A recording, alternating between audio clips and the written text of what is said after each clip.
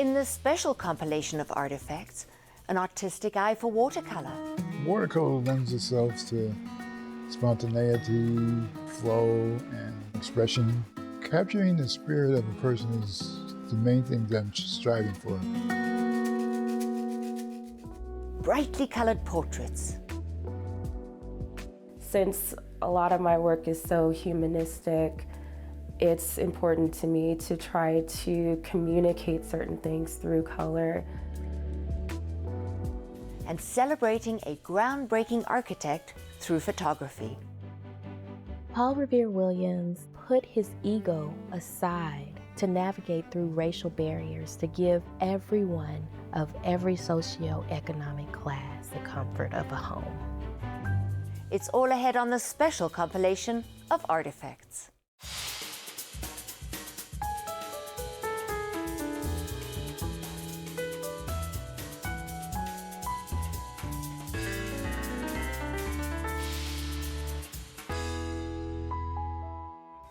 Funding for Artifacts is made possible by Sandy Raffelli with Bill Pierce Motors, Heidi Marie Rockland, in memory of Sue McDowell, the Carol Frank Buck Foundation, and by the annual contributions of PBS Reno members. Hello, I'm Beth Macmillan, and welcome to this special compilation of artifacts segments. In this episode, we celebrate a number of talented Black artists in our community and enjoy their segments that have been previously featured on Artifacts. First up, we explore the world of watercolors with James Gayles of Reno. For this artist, the creation of watercolor painting comes from the heart. It's a way for Gayles not only to express his creativity, but also to teach others about important people in history.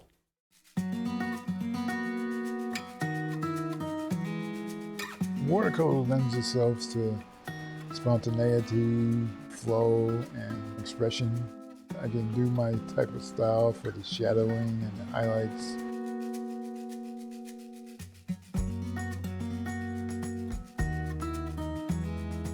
My name is James Gayles. I do watercolor, portraiture. I work here in my studio on Dickerson Road in Reno, Nevada. My subject matter is, a lot of times, it's African American, and I like to show positive images of that segment of the population to give the people pride in themselves. I was born on the East Coast in Newark, New Jersey, which is right across the bridge from New York City. As a teenager, I snuck a lot across the bridge up to New York to jazz nightclubs. New York City is great, because everything's there. It's the center of everything. Fashion, music, art. So it was great for me. I loved it. As far back as I can remember, I like to paint and draw and do art. My mom was one of my biggest encouragers. I kind of always knew that I was going to be an artist when I grew up. I started out in oils when I was a teenager, but I discovered I was allergic to the oil, so that's when I switched to watercolor and acrylic. I graduated in 1970 from Pratt Institute. Basically, I'm self-taught long before I went to school. School just enhanced it more. I start out with the eyes. To me, the eyes are the most important thing that can convey the person's spirit. I break up the face into shadows and highlights, cheekbones, the nose, the lips. Watercolor is very good for that. I go through a lot of paint, a lot of color, because my paintings are saturated with color and paint. So I go through the tubes very quickly. Capturing the spirit of a person is the main thing that I'm striving for. A lot of people find watercolor hard. I find it easy because as you're painting, there's bound to be mistakes. But I like to use those mistakes to work on it. They create a better end product once you solve those mistakes within the painting. It's kind of hard to explain how I do it because I kind of go by feeling. It's kind of like a spiritual type thing, you know, relate to the subject and you kind of try and bring out their spirit, you know. I do a lot of musicians, Nina Simone, Miles Davis. Miles Davis is another favorite because he has very intense eyes. John Coltrane. And, you know, a lot of icons that they look up to, like Maya Angelou, Martin Luther King. It's a good feeling, you know, that I've accomplished something. Reno is kind of growing on me. It's a lot different than New York or Oakland, because New York and Oakland are very diverse, you know, very multicultural, you know. So I kind of made it my mission to bring African American art to Reno. My advice to young struggling artists who struggle with their work is to don't be discouraged if things don't work out the first time. You know, stick with it. They must love it because there's a lot long hours and a lot of work they got to put into it in order to be successful. So you have to love it, and you have to kind of like be a sponge and absorb all the artwork. You know, look at art whenever you can in the museums, galleries, magazines. You know, see what the other artists are doing, and you know, so you can kind of gauge yourself where you fit in to the whole art scene. To learn more, visit jamesgayles.com. And now it's time for this week's art quiz. What was the name of the cultural, social, and artistic renaissance in the 1920s, which centered in a New York neighborhood that celebrated Black culture and identity through various mediums? Is the answer A, the New York Renaissance, B, the Harlem Renaissance, C, the Queens Renaissance, or D, the Brooklyn Renaissance? And the answer is B, the Harlem Renaissance. Next, we meet artist Traci Turner of Reno. A teacher once told Turner that she's allowed to use any color she wants. She took that as a challenge. Turner found her unique style combining bright colors and beautiful portraits filled with culture and deep emotion.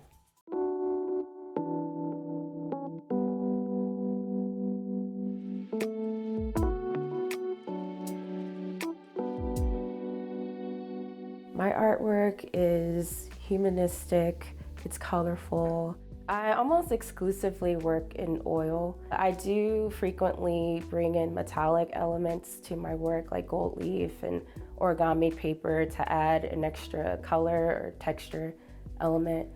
I like the expressive qualities of color. Since a lot of my work is so humanistic, it's important to me to try to communicate certain things through color. I think it was the portraiture aspect that attracted me to it, because it seemed like infinite possibilities, because everyone looks different, different lineages, different colors to pull from, different expressions that really hit home for me.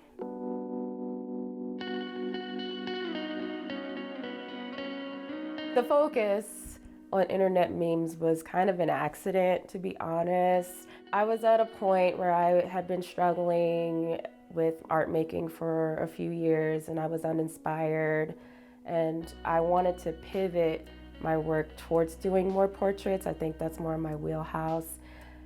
And I saw memes as a way to practice doing portraits and expressions without being bogged down by too much meaning. Plus, I just thought the memes were funny. I just thought it'd be funny to do. And then when I thought about it further, I thought it was a worthy topic because memes have become this way of connecting people, relating to each other. You know, as ridiculous as they are, they have casually become this new form of communication, and that is fascinating to me, especially when we think about how many of the more popular memes feature Black faces. It's important for us to document memes in general, and then also to look into which pictures we decide to use.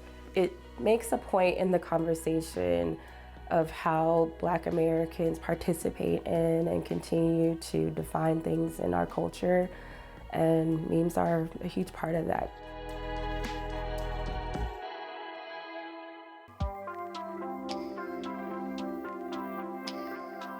I'm inspired by the human figure and the human experience. I will try to, in words, articulate what that idea is coming from, why I want to paint something like that or make a series. For my personal work, I won't really paint something if I can't explain why I'm doing it to somebody. That's really important to me. I don't like the whole, oh, I did it because I felt like it. Well, why do you feel like it? That's really important for me to be able to explain to somebody. It's never just a painting of a skull or a heart. I know my work is very straightforward and the narrative can be a little bit more hidden, but there is always a certain reason why I'm re-examining a certain subject to the point of exhaustion. There's just something about it that's really interesting, and normally it boils down to connectivity or expressing a deeply personal emotion. I really enjoy connecting with people. I love posting things online and talking with people about my work. It does feel awkward sometimes to share, but I do feel relief when I can finish something and put it out there and share it with people and they can take it in and speak with me about it. It just feels really life-affirming.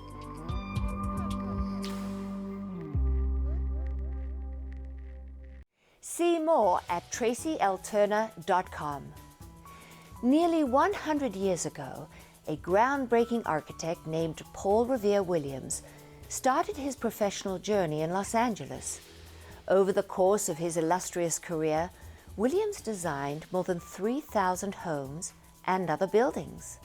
His journey eventually brought him to Nevada, where he designed many eye-catching structures that we pass by every day. Back in 2022, the Nevada Museum of Art created an exhibit that featured beautiful contemporary photographs by Janna Ireland that celebrate the work of Paul Revere Williams. Paul Revere Williams designed structures that everyone uses throughout their daily lives. He goes beyond designing wonderful structures. He goes into designing communities.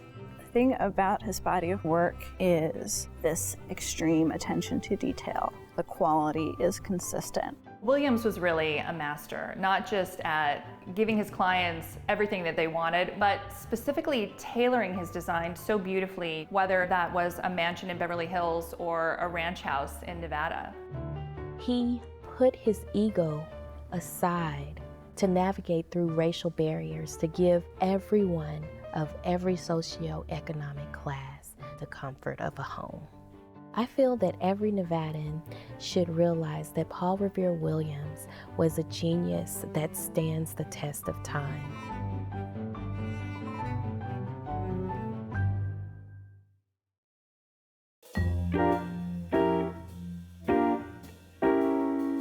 Paul Revere Williams was born in 1894 in Los Angeles, California. In 1919, he graduated from USC with an architectural engineering degree, becoming the first African-American graduate of the university. In 1923, he joined the American Institute of Architects, becoming the first African-American member of that institute. Some of the designs that he focused on are Mediterranean, Spanish, colonial, neoclassical, and after World War II, he focused more on mid-century modern. I'm Carmen Beals, and I am the curator of the exhibition Janna Ireland on the Architectural Legacy of Paul Revere Williams in Nevada. You will be able to understand the rich history of designs by Mr. Paul Revere Williams, and you will be able to see it through a unique lens of contemporary art developed by artist and educator Janna Ireland. A lot of my work is about people, whether that is human relationships or the built environment that people create for themselves.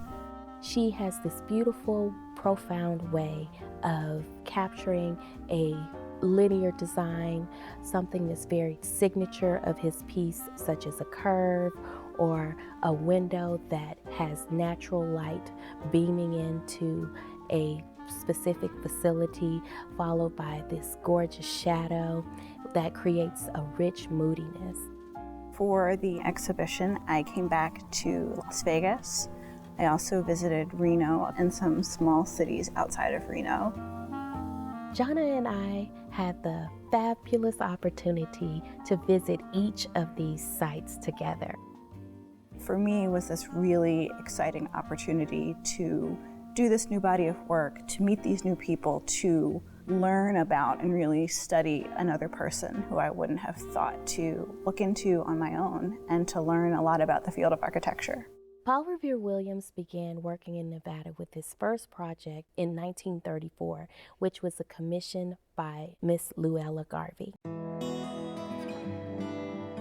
Carmen and I showed up hoping to photograph the outside, and then we met someone who introduced us to someone else, and we were able to just photograph it on the spot, which is one of the wonderful surprises of working on this project.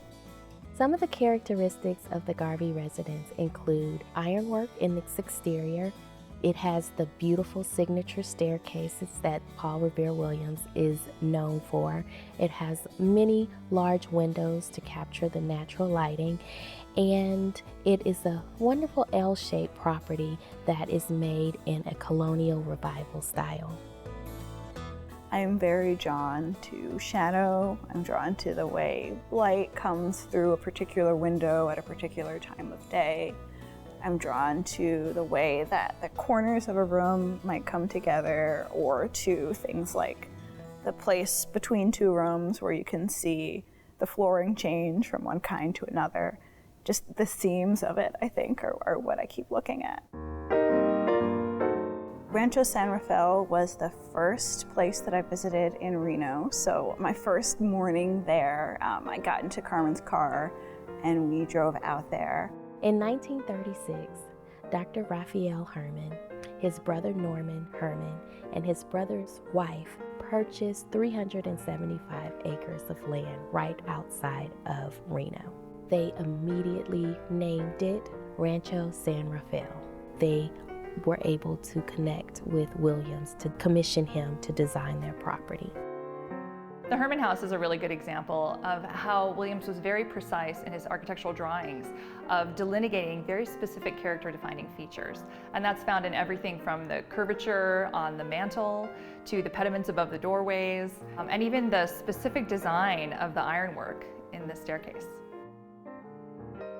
Photographing in black and white really allows me to focus on the architecture and kind of strip out detail that I feel is extraneous, whether that is color or texture or furniture. It's just one way to zero in on what I'm really looking at.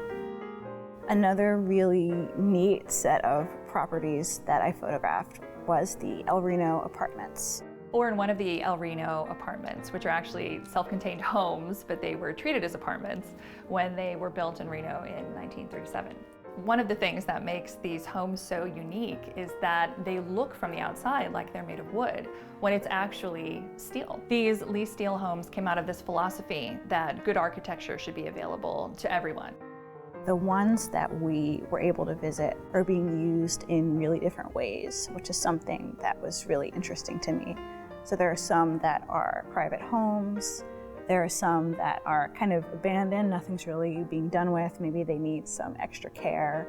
There was one that is sort of half museum, half office space. Another one is a restaurant.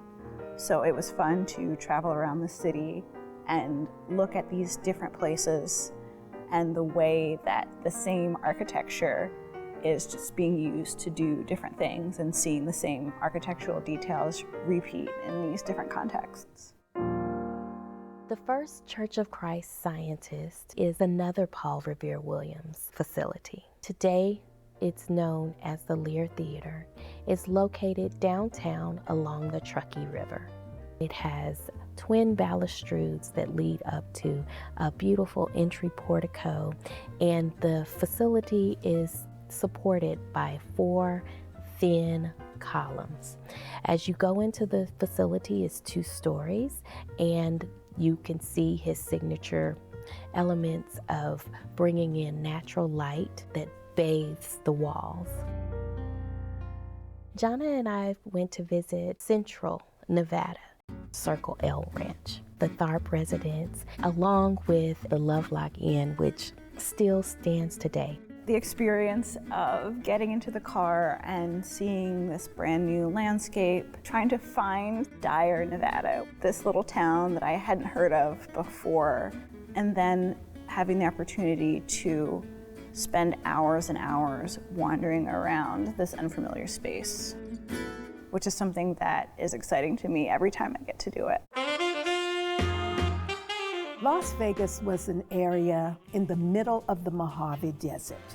It was almost primitive in the beginning. Paul R. Williams comes here and is able to take a place like that and not just construct buildings in communities to house people, but he was able to construct buildings on the Las Vegas Strip. There are 2 places that Paul R. Williams designed that are just amazing. One is the La Concha Hotel lobby. The building is an architectural style called Googie architecture, which is this really fascinating, jet-aged, sleek, futuristic style. That lobby is amazing. It shows what Las Vegas can be. It shows what the future is of the Las Vegas Strip. There's also another thing that he did, and this is not just because it's so elegant, but because he did it for the African American community. Berkeley Square. Berkeley Square is the first middle-class suburb of Las Vegas, and it's located in the historic West Side, which is the community that was segregated and redlined for people of color to stay. The 148 houses are 3-bedroom, 2-bathroom. The homes are single-story homes, and they have low-pitched roofs. And these were designed for middle-class Black Americans who didn't really have any development in the West Side community that they could really buy into. I think this building that we're in right now, the Guardian Angel Cathedral, has been my favorite building to photograph in southern Nevada. One thing that I really love about this building is the way that the art and the architecture feel so firmly integrated. The stained glass and mosaics were designed by the Pixick sisters, Isabel and Edith Pixick. My favorite window personally is the window directly behind me in the sanctuary on the south side. It shows casinos that were the neighbors of this building when this building was built. It's a threshold between what was, what is, and in the eyes of faith, what will be. And I think that speaks well of how architecture serves both the function that it needs to serve to be a worthy place for people to gather, but also forms its own identity as part of what it is in a living metaphor. I am hoping that this exhibit is just going to blow your mind and just teach us something. It's only by learning more about the incredible architecture of Williams in Nevada that we can gain more appreciation for that architecture, for its beauty, and for the momentous life of Paul Revere Williams and everything that he can teach us. If you think about it, a lot of the designs that he has, they were so superior that they are still standing today, and we are still talking about them right now. I hope that people see this as just kind of the tip of the iceberg, that it is a little tiny introduction to this enormous body of work that Paul Williams put out in his lifetime. I also hope that people understand it as my interpretation of the work, and that they realize that if they visited these spaces, they would see completely different things and have a completely different experience of the work. Explore more at jannaireland.com/Paul-Williams. And that wraps it up for this special compilation of artifacts.